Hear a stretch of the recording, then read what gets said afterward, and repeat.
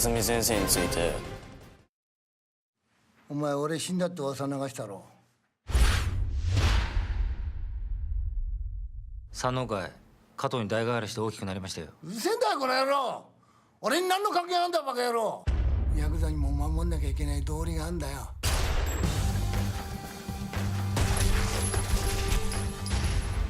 てめえらガタガタうるせえんだよバカ野郎。お前の無茶ボケ。やってみろっつってんだろこの野郎。打ってみろこら。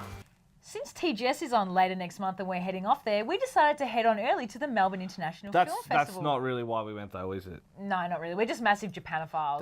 That's more the case. We went and saw 2 Japanese films that were on. We saw Outrage Beyond, which is Beat Takeshi's new one. So Takeshi Kitano, probably most well known for Takeshi's Castle. That is the one thing of his I have seen. Haven't actually seen any of his feature films, but it was a bit hard not to have seen Takeshi's Castle. Well, he makes a lot of Yakuza films. Like he's really the Clint Eastwood of in that sense. Like he's made so many films in the last kind of 20 years. And but he's really popular for it as well, because I have to say, even as a newbie, once he came on screen, the reaction was instantaneous. The whole crowd was kind of cheering, getting really excited. And the movie stepped up a notch. That's the other thing. Like he always appears in his own movies. It's one of those things. And Outrage Beyond is based on Outrage. Well, it's a sequel to Outrage, which was the first one.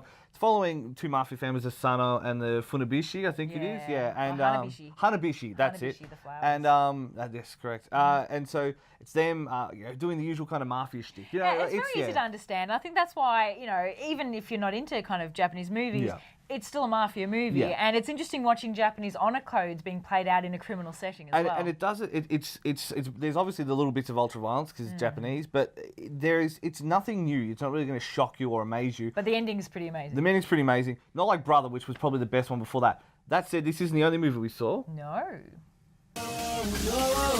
いい先生だと思う。明るくて優しい人気者。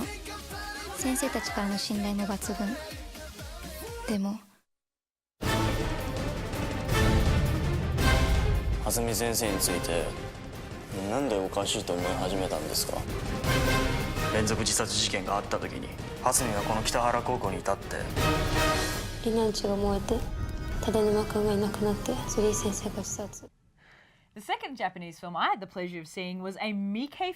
Is that what you kids call it nowadays? Takashi Miike, the well-renowned Japanese director, with Lesson of the Evil, which is his latest. He's well known for some of his early movies, such as Audition, Ichi the Killer, which is completely ball-tearingly crazy, and one of his most recent well-received titles from the New Game Plus flock, Ace Attorney. And now this movie is nothing like Ace Attorney. Let's just put that out there now. Absolutely. I mean, it's kind of like, I guess, a horror kind of slasher movie a bit. I don't know. Basically, it follows the story of Hasumi, who is a hidden serial killer, and he maintains his secret identity by dispatching students and teachers alike. And he does it really brutally, and I think this is one of the cool parts of the film, and you say it's kind of reflective of the director. There's no holds barred. Like, there's no apologies for what he does.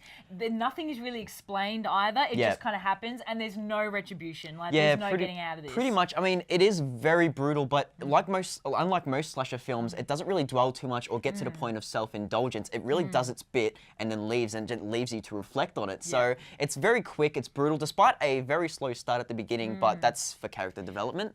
But it just gets ball-tearingly crazy like halfway through the film. So but it's also beautifully shot. I love the visuals of it. A few mentions of like Norse mythology, like these little kind of gems in it were really nice. But what did you think as a fan? Oh, it's textbook Miike. I mean, you can't get any better than that. But MIFF as a whole, what do you reckon? I thought it was really cool. Some great Japanese films on offer, so let's check it out next year.